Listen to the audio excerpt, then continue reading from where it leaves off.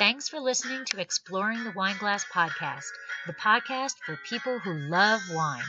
I'm Lori Budd, a UC Davis winemaking program and WSET Level 2 graduate. You can find Exploring the Wineglass on all the socials as well as your favorite podcast catchers. If you haven't subscribed yet, now's the perfect time. I promise I'll never tell you what to drink, but I'll always share what's in my glass.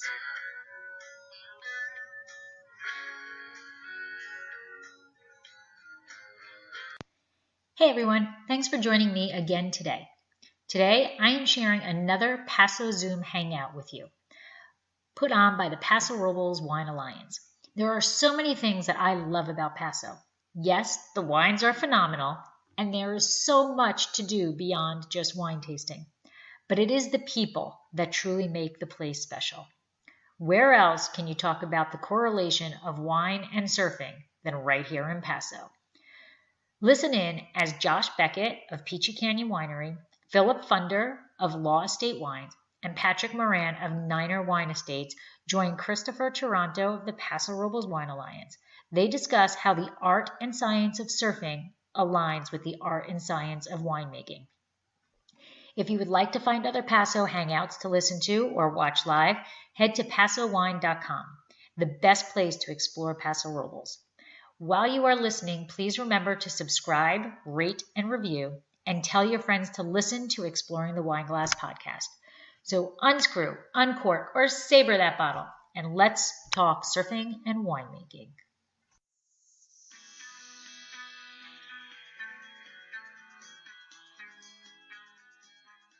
Welcome everyone to another one of our Paso Wine Hangouts. So thanks so much for joining us. So many of you have been joining us over this time period, and we really appreciate it. Maybe some of you are new to it, and welcome. This is basically a hangout. We kind of day drink. We have a glass of wine. We talk about a subject. It's loosely tied to Paso wine and Paso wine making. Sometimes it's entirely tied to it. Today is one of the former. Today we're going to be talking about how the art and kind of science, if you will, of surfing kind of matches up to the art science of winemaking. I've got three winemakers on who are surfers. Sounds like most of us got to surf this morning maybe. And we are going to talk a little bit about that. What's the correlation? How does that work? We've got Josh Beckett from Peachy Winery. We've got Phillip Pfunder from Law Estate Wines and Patrick Muran from Niner Wine Estates. I want to first and very briefly introduce them. Well, I have introduced them, I should say. First, let them introduce themselves and their brands, a little bit about themselves, and then we'll kind of get right back into the topic. So, Josh, I'd like to start with you. Hi, everybody. Thanks for joining. Josh Beckett, Peachy Winery. Family-owned, second-generation brand. Peachy Canyon started in 1988. A little winery called Tobias before that, and historically been kind of a focus on red Zinfandel. Today I'm sharing with the boys a little GSM, a little dry farm estate GSM, which is kind of cool. We're definitely changing up some of the portfolio as my brother and I, second generation, come on. But yeah, welcome everybody. Rate the Central Coast, surf the Central Coast my whole life. Honestly, St. Patrick, though, I'm holding out to never surf the reefs. I'll be sticking to it now that I've waited this long. So, but yeah, thanks. I'll drag Some you down. gems there. Pat, why don't you go next, bud? Yeah, so Patrick Moran, winemaker at Niner Wine Estates. Niner Wine Estates is Robles there, family owned and operated, second generation as well, with Andy Niner at the helm. We have 3 estate vineyards, 2 in Paso Robles and 1 in Edna Valley. Focus on Bordeaux varieties, but we also make Pinot Noir and Chardonnay from the Edna Valley, amongst others. Kind of a nice outfit. Been there, like I said, 10 years, and it's a great family to work for and be a part of. You're saying that because Andy's watching, right? No, this is my script. Just kidding. Our PR team, you know. No, it's awesome. like I said, how can you complain? I went surfing this morning, went to worked for a while, now I'm socializing, talking about two of my favorite things. So yeah. Phillip, you're up next. Hi, I'm Phillip. I'm the winemaker at Law Estate. First generation. Don and Susie Law are the owners, but we're on the western hills of Paso Robles, one of the highest elevated vineyards in the area. I think second only to Dow. Our highest blocks are right around 1,900 feet. It's all estate grown, all organically farmed, and philosophy in the winery for me is pretty similar to that. I don't use any yeast, anything like that. It's all completely native ferments, and I think we've got such an incredible terroir and hillside and these vineyards that we all have on the western side of Paso Robles that I just really want to express what's there without messing with it too much. And it's a beautiful place. I've been here since 2016, and looking forward to many, many more years. So like I said, we're doing this topic about how surfing and wine kind of blend in a way, or how they might influence each other, as these guys are all surfers and winemakers. And honestly, it's kind of a grasp, right? I mean, maybe, let's admit it, I just felt like having a chat about surfing while on the clock. But in actuality, though, it does become kind of part of you. It influences a lot of maybe your critical thinking and how you approach challenges, maybe even some creative solutions or some original ideas. And so that's where I think it probably does kind of come into play in what it is that you do as a winemaker. And that's why I've encouraged these guys to come on today and talk about it, a little bit about it. We also have a few wines that we're tasting of each other's, of course. And so really quickly, I want to share that up. So we've got the Peachy Canyon GSM, Phillip, the Law. What are we drinking from Law? That's Aspire. So that is a blend of 86% Syrah and 14% Grenache. And the first vintage of it. So that was my first vintage at Law, 2016, and came up with the idea of creating that wine because we had an incredible yield from some of our Syrah blocks in 16.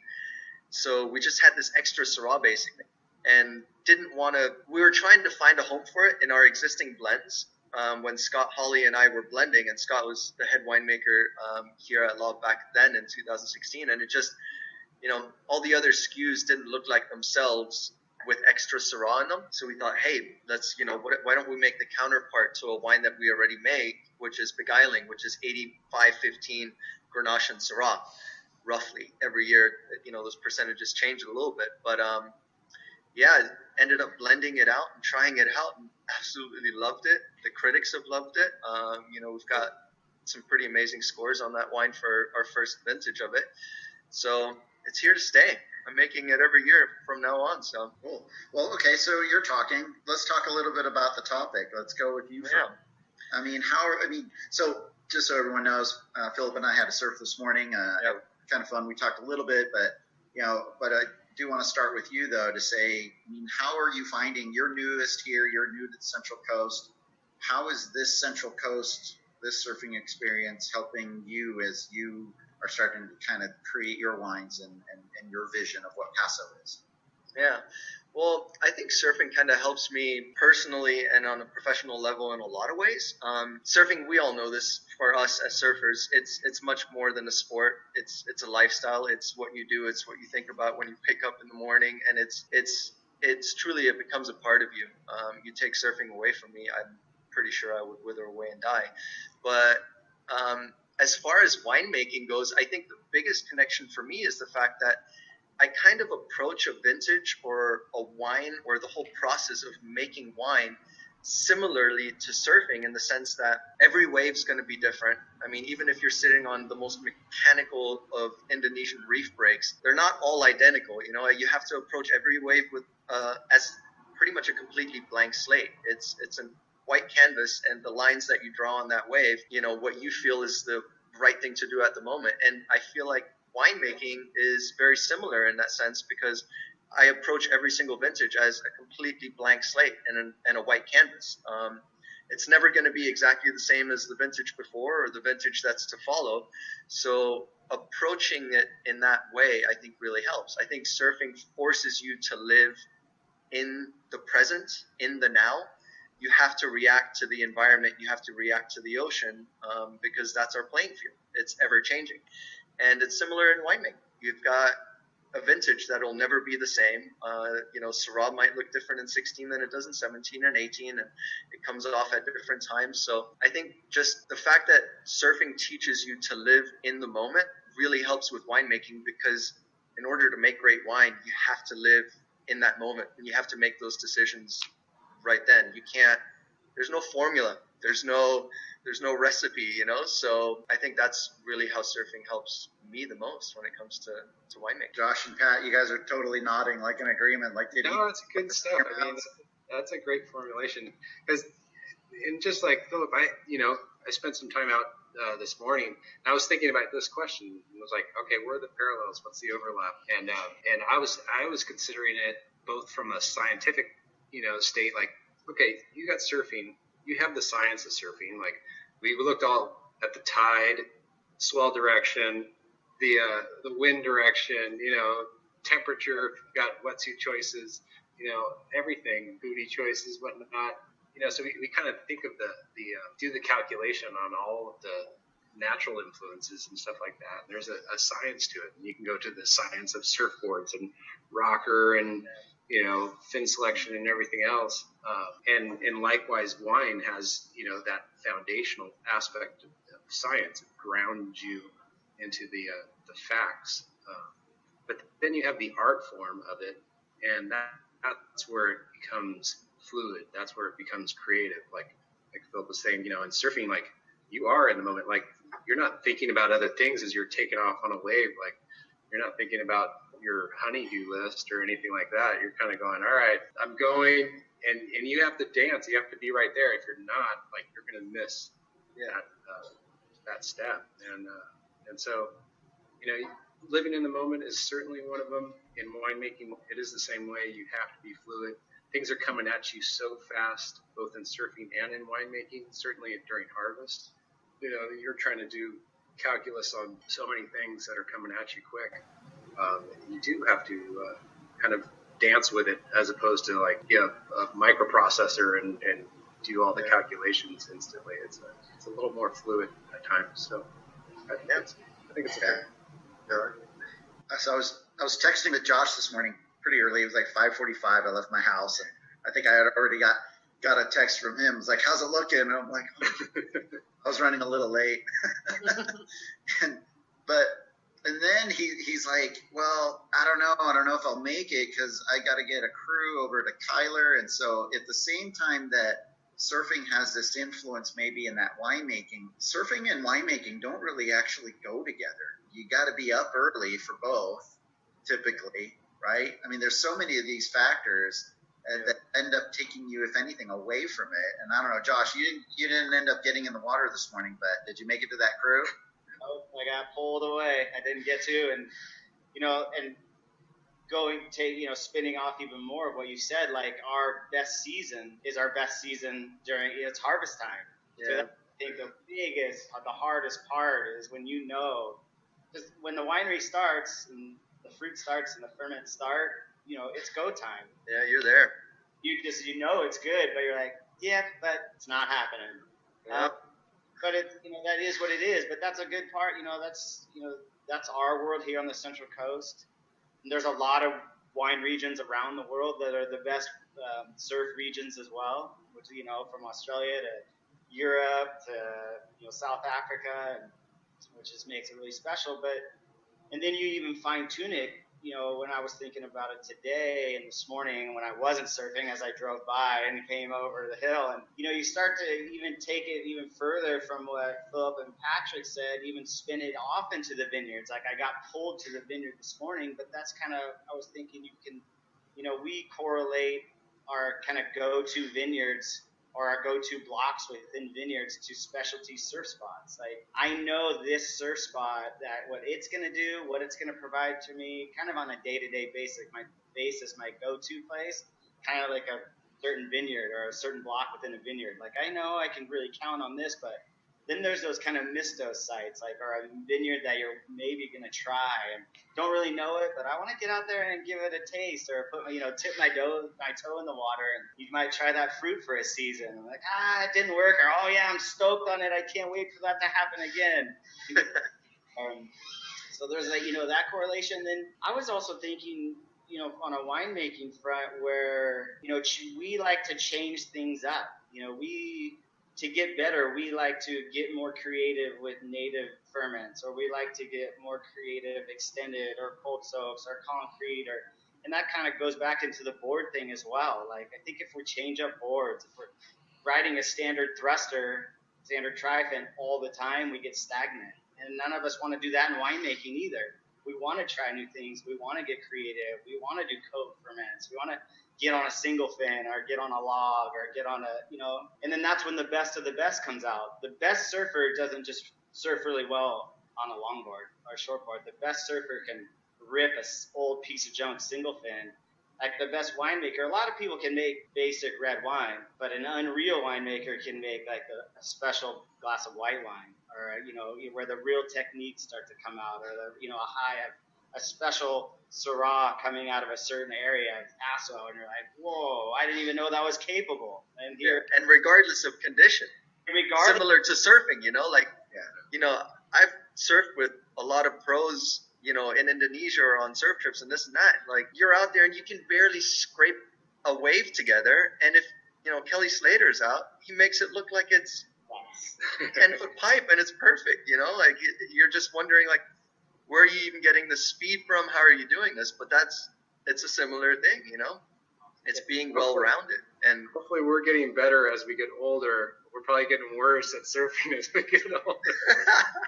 Oh, man, I really hope my peak is still ahead of me. I think it is. Don't worry. You're only 40, dude. And that's kind of, I've seen that, over the, to Phillip's, analogy, like, even with the winemakers that have come over the last, growing up here, and over the last 20 years, how much the bar has been raised, and the quality of wine and the quality of grape growing in Paso. It's phenomenal. And then, we've always known Paso capable. 30 years ago, the wines were good, but it wasn't where it is today.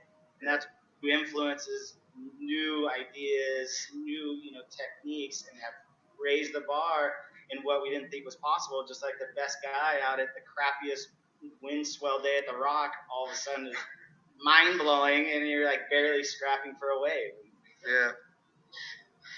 Yeah, and ironically, the ocean probably plays the biggest influence too for us too, on vineyards and stuff. So it's a nice tie-in, it's not so far-fetched, Chris. You've got this 50-degree water that's a giant air conditioner, for cooling off this region. So that's right.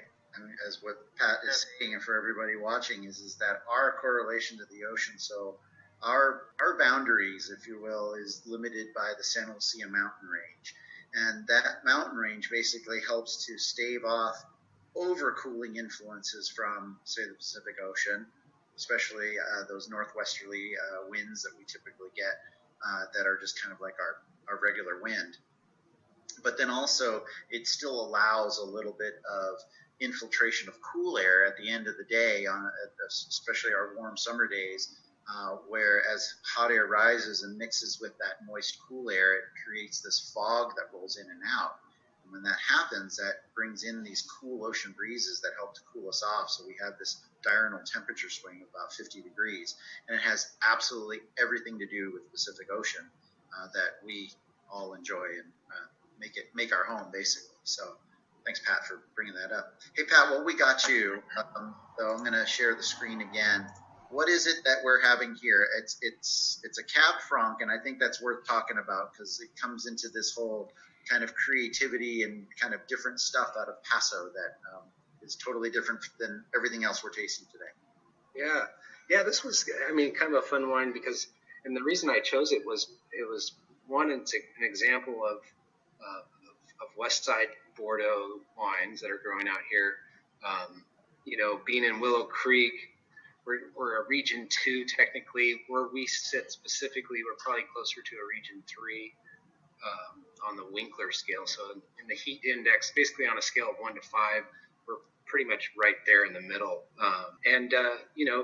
Cab Franc being a cooler, it leans on the cooler side of the Bordeaux family, but it does really well at our ranch. We've been growing it since 2006, and I think it's an example of, one, the ageability of the wine, and then two, kind of what some of the expression is off the Hard Hill there. So that's just off of West 46, our winery, and this block is just to the right of our iconic grove of oaks that are in the shape of a heart, and it's kind of a nice little variety. We threw a splash of Malbec in there to kind of round out the edges, and then a little bit of Cabernet Sauvignon to add a little structure. But I think it's a fantastic example of Cabernet Franc. It plays a significant role in a lot of our Bordeaux blends, and I think it has some really nice elements of just dry tannin, kind of a persistent tannin, nice black fruits, and certainly good ageability with what we've seen. So it's kind of fun. I really like this wine. When I opened it, I've got a soft spot for Cab Franc. You guys probably don't know this, but I worked in Saint-Emilion at Chateau Angelus for 3 years. Okay. And they make, arguably, it'd be silly to argue this, but probably one of the best Cabernet Francs on the planet. I mean, the right side of Bordeaux there in Saint-Emilion, it's incredible. So I've got a bit of a love affair with Cab Franc, and I love the variety. And when I tasted this wine, I was like, this is really nice.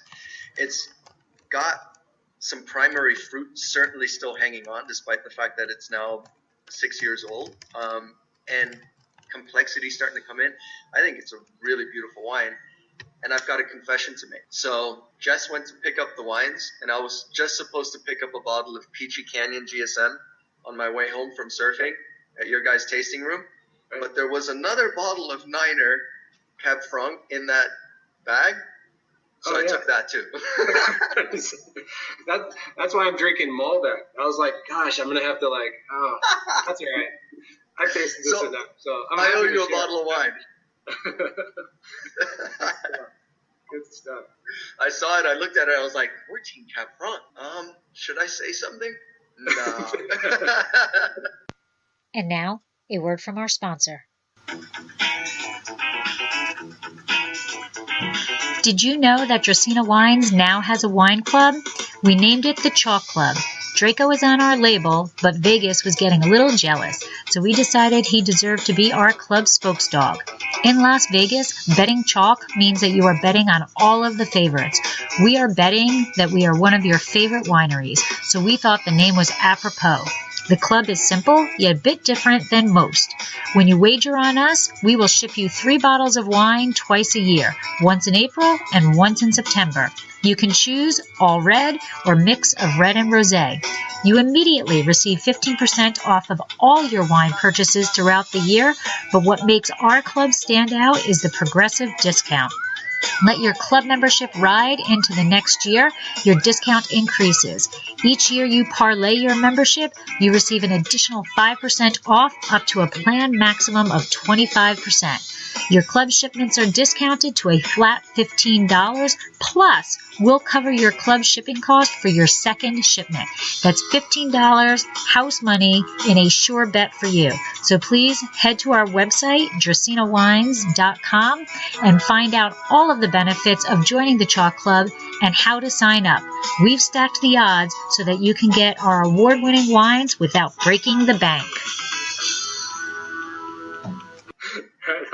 I knew it was you or Chris, You got one for me. I'll either let you take a set waiver or you'll get a bottle of wine. Good stuff. So, hey, Josh, talk a little bit about the GSM then that's in here, because this is totally a first for you guys, and I'd love to hear everybody's kind of opinions on this. I think it's so cool, by the way, just real quick, everyone.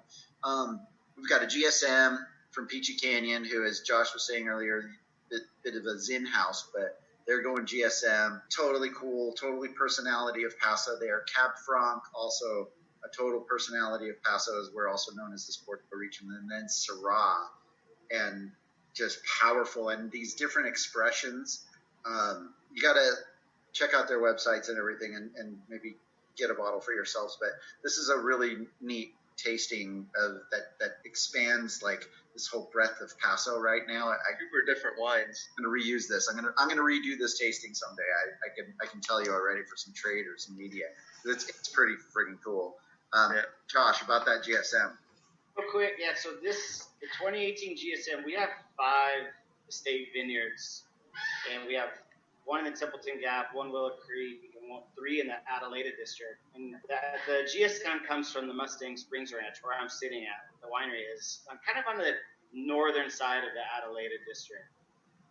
About 10 years ago, my brother and I, and my dad, decided we wanted to go back to our roots, to the vineyard across from you, Phillip. One day I'm going to come and we're going to yell back and forth from where I grew up. So I used to do that with the kids, or that used to live where Law is today. We used to, what are you doing?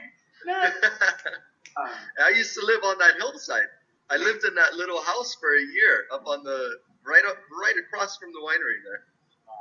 Perfect. So we put in 30 acres of dry farm vineyard here 10 years ago, and we wanted to do some Rhones. I wanted to branch out. So we kind of built our own little Rhone Valley here, and we've got Grenache, Syrah, Mourvèdre, kind of all wrap around each other. And this wine, it's very approachable, GSM. It just released 2 months ago, 2018. It's 69 Grenache, 22 Syrah, 9 Mourvèdre.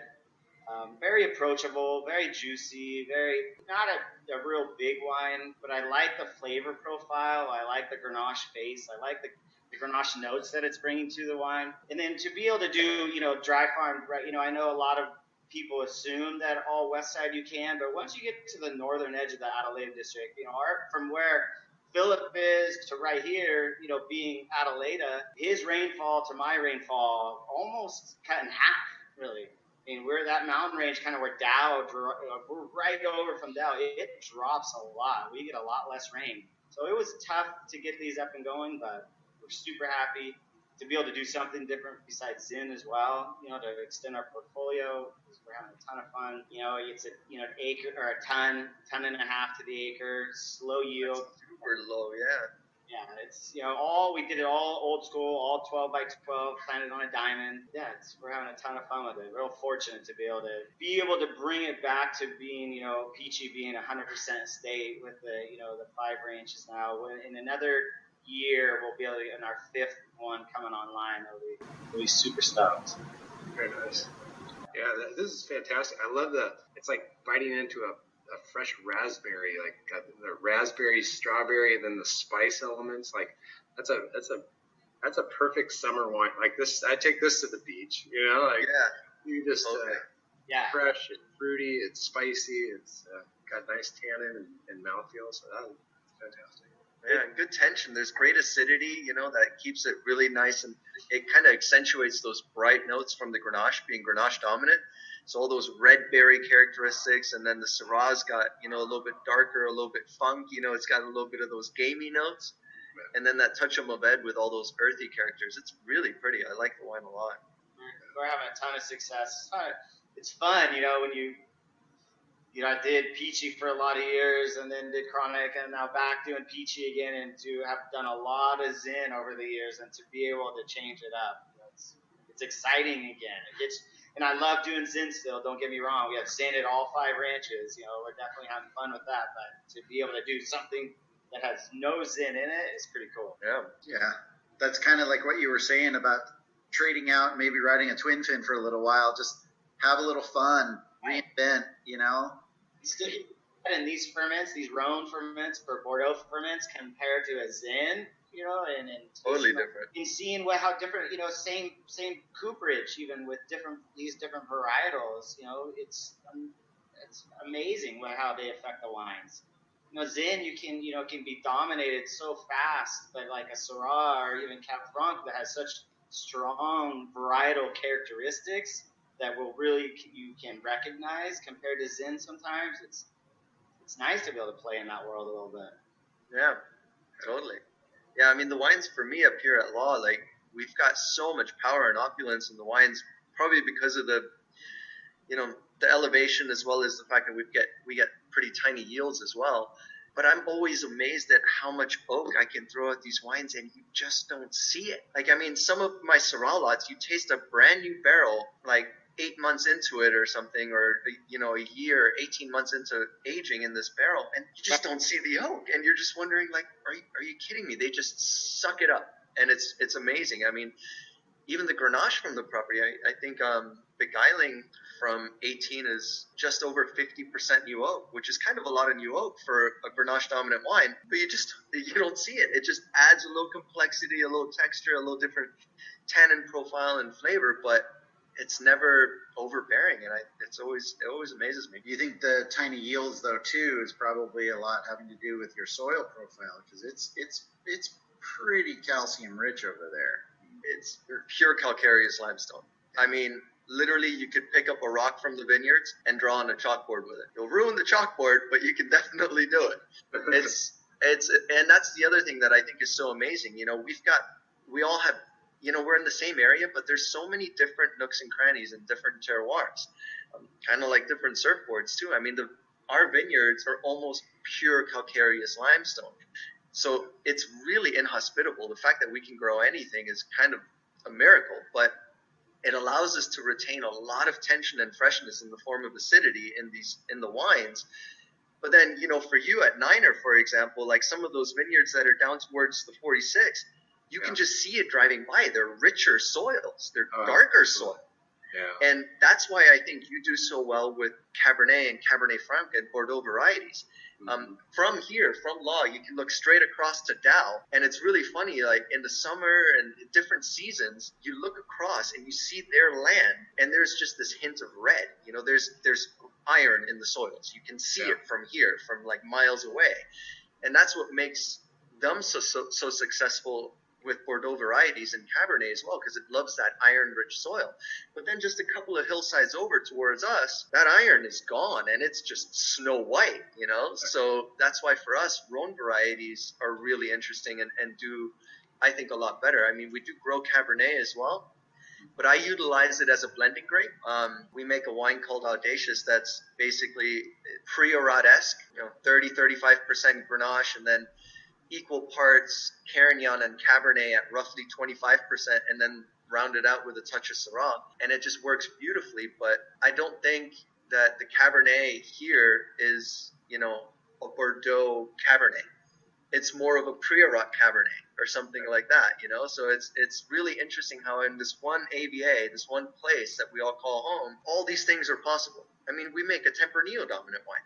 There's like, I get to wear 5 different hats as far as winemaking goes, which is super fun, Yeah, no, that fast change from west to east is quite amazing, both for soil, for temperature, for climate, for rainfall. It is a very diverse area, and that's what makes it kind of exciting and unique, and it's fun for us, I think, as winemakers, and knowing Josh, Phillip, and Chris, like having the camaraderie. It's like we still surf together, you could still have that camaraderie. You go down to Swami's or someplace, down south, it's packed out. It's like, no, it's every man for himself. It's not, that kind of friendliness. And so it's nice to have, a closer knit community that does share information and ideas and stuff like that. So. Yeah, it's kind of almost like, even though not necessarily everybody is a surfer in this town, but when it comes to the winemakers anyway, the camaraderie that winemakers share is a lot of the same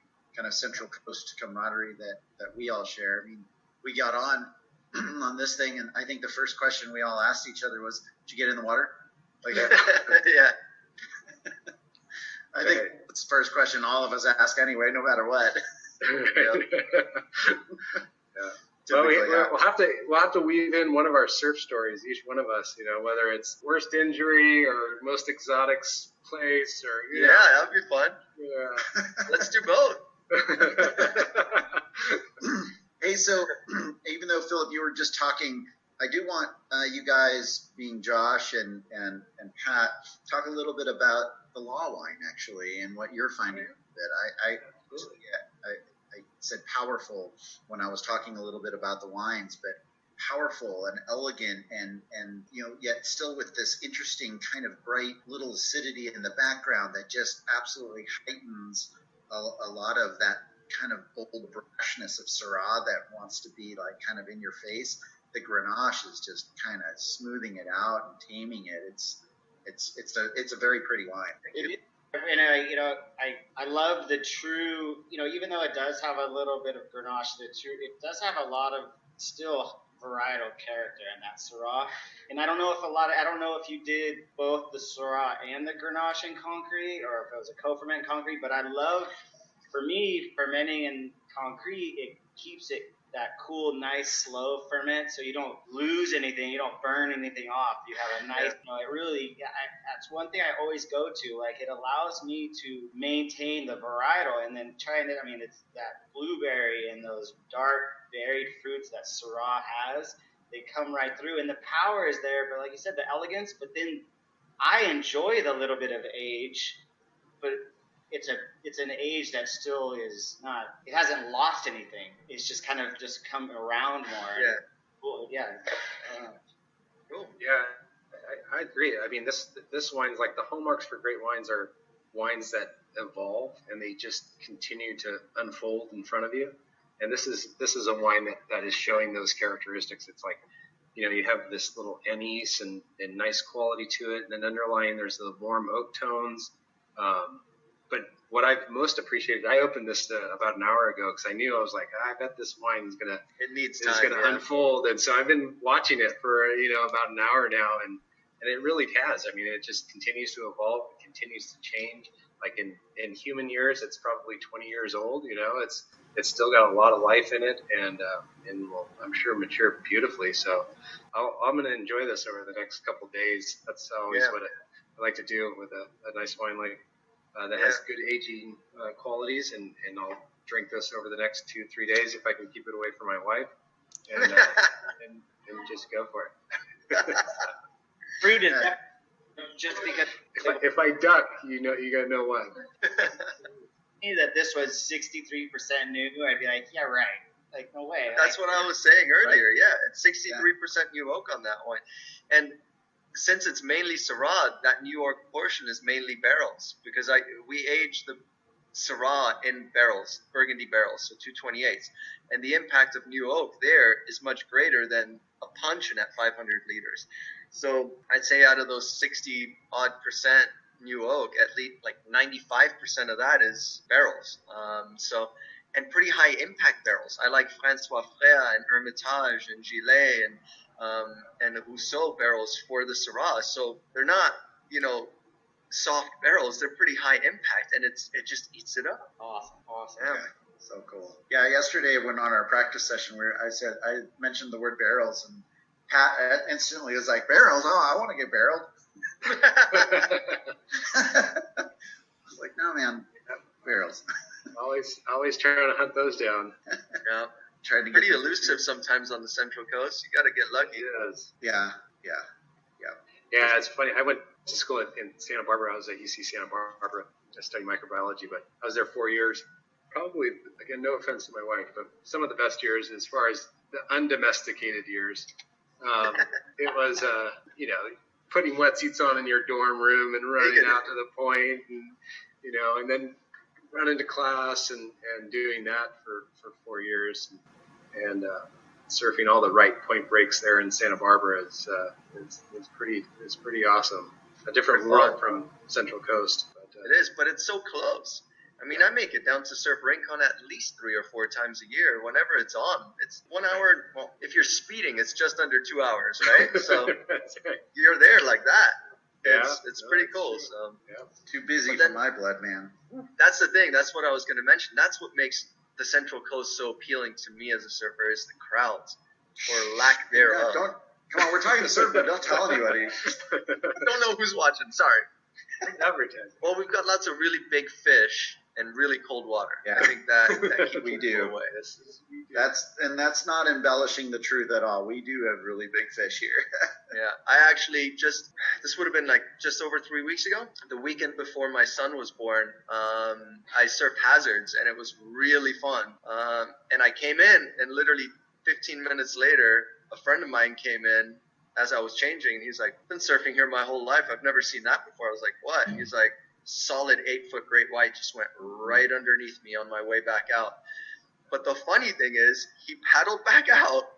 He talked to all the people out in the water. He's like, "Oh, yeah, I just saw a big great white." And they're like, "You sure?" It's like, "Yeah, like clear as day, right underneath me." I mean, big. It's 8 foot. That's a juvenile, really. But Most dangerous. no one went in. Everyone just stayed out. Yeah, that's when you count how many people are out, and you go, all right, my odds 1 in 15. All right, I'm good. Yeah, I'm good. I can do this. I think I'll stay out. A couple more later. Yeah. Well, Josh, you've been serving here pretty much all your life. They're here.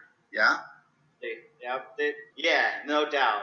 And they're definitely, even when I was a kid, I used to sleep under the bridge at Arroyo Laguna my whole, before I could drive. My mom would drop me off over there with my 2 buddies, and we'd stay all weekend to drop us off Friday after school, pick us up Sunday night. And that was before the elephant seal colonies moved down. It didn't seem as bad. Obviously, as I've gotten older, I just have not been as much denial as I was as a kid. And they're definitely here. The hardest part now is that having kids that surf, and when I get a wave, if I'm surfing with them and I'm far away, and and there's that moment, like there's nothing I can do right now. If something happens, they're far out there, way down the beach or whatever, and that still gets me a little bit eerie. Yeah. And for some reason, I used to mind surfing alone as much, but now as I've gotten older, I try to kind of look for somebody early in the morning. It's eerie. I Anybody? don't like surfing here by myself. It's just, you need one other guy, that's At least. you rock up alone and it's perfect. You're kind of like, yes, no, hey, come on, somebody. Yeah. When we moved here, my wife made me promise I wouldn't surf by myself anymore because I think we were here a month and somebody got snapped, and it's like, Yeah, I had to make the same promise to my wife and my mom. I broke it once or twice, but I still see my buddy Kevin Swanson, who got hit at Sandspit a couple years ago, and I saw him last weekend. I'm like, if Kevin's out, then I have nothing to worry about. well, what are the odds for him getting bit twice? So hang out right next to him, That's right. That's right. I don't know if you guys know Kyle Knapp down at Stoltman, but he's a buddy, and Yeah. I'm out. It's crazy, yeah. Yeah. Hey, But- we have a question, by the way. So, Phillip, for you, the barrel types, could you rattle those off one more time? Well, I actually, I work with 11 different cooperages, probably because 11 is my lucky number. Oh, I don't know, that's probably a lie. But it really depends on the varieties that I work with. So I've got different barrels that I like to use for different varieties. And for me, my philosophy is really, the more I understand the vineyards, the more I understand the blocks and the different clones of Syrah and the different aspects that we have in the vineyards, I'm really trying hard every single year to match the cooperages that I think match those varieties or those clones best. So, if I take notes on these wines every single year, and every single year clone 470 Syrah, I prefer Hermitage to Damy, I'm going to stop using Damy eventually, So I'm really trying to fine-tune those cooperages that I really think match the varieties and clones best. But for me, the biggest ones I'd say are Rousseau, Hermitage, François Frère. And then for the Bordeaux program, I use exclusively Tarasso, Sylvain, and Danajou. And then I use a little bit of Damy, a little bit of Gillet. Who am I missing? Atelier. I like a little bit of Atelier. But it's funny. I love their barrels, but Atelier is known for producing really light impact barrels. They're known for steam bending, and the house blend is really kind of a light toast. And it's weird. I'm probably the only person that does this, but I order Tansey specific forest barrels from them, which is completely outside of her portfolio, fire bent heavy toast. So they probably look at me every year and go like, this isn't what we're all about. But I'm like, well, that's the barrels that I like from you. So there you go. But yeah, that's pretty much the ones that I work with mainly. I'm going to interrupt you really quick here because we are starting to run a little low on time here. But I will say, though, is that you can see how detailed they get about board. And Pat still has to talk, but they get detailed about boards. Imagine how detailed they are about wines, right? And, you know, pick times and pH and bricks and all of those types of things. Anything with numbers, we're typically obsessed with it. Well, we are getting up to the end here, if you can believe it or not. Guys, thanks so much. It's been a fun little conversation. I totally dig this kind of stuff. I wish I could maybe, you know, incorporate this all the time. Right on, you guys. Thanks so much for being a big part of this hangout. I appreciate it. Cheers. Right on. See ya. See you in the water. See you guys. Later.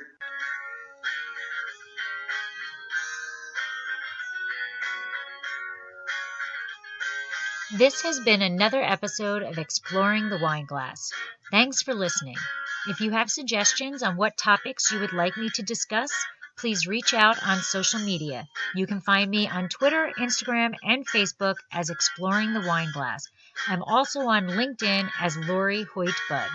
Of course, you can always email me at exploringthewineglass@gmail.com. If you enjoyed our podcast, please rate, review, and subscribe on your favorite podcast catcher to help others find me more easily. Until next week, sláinte!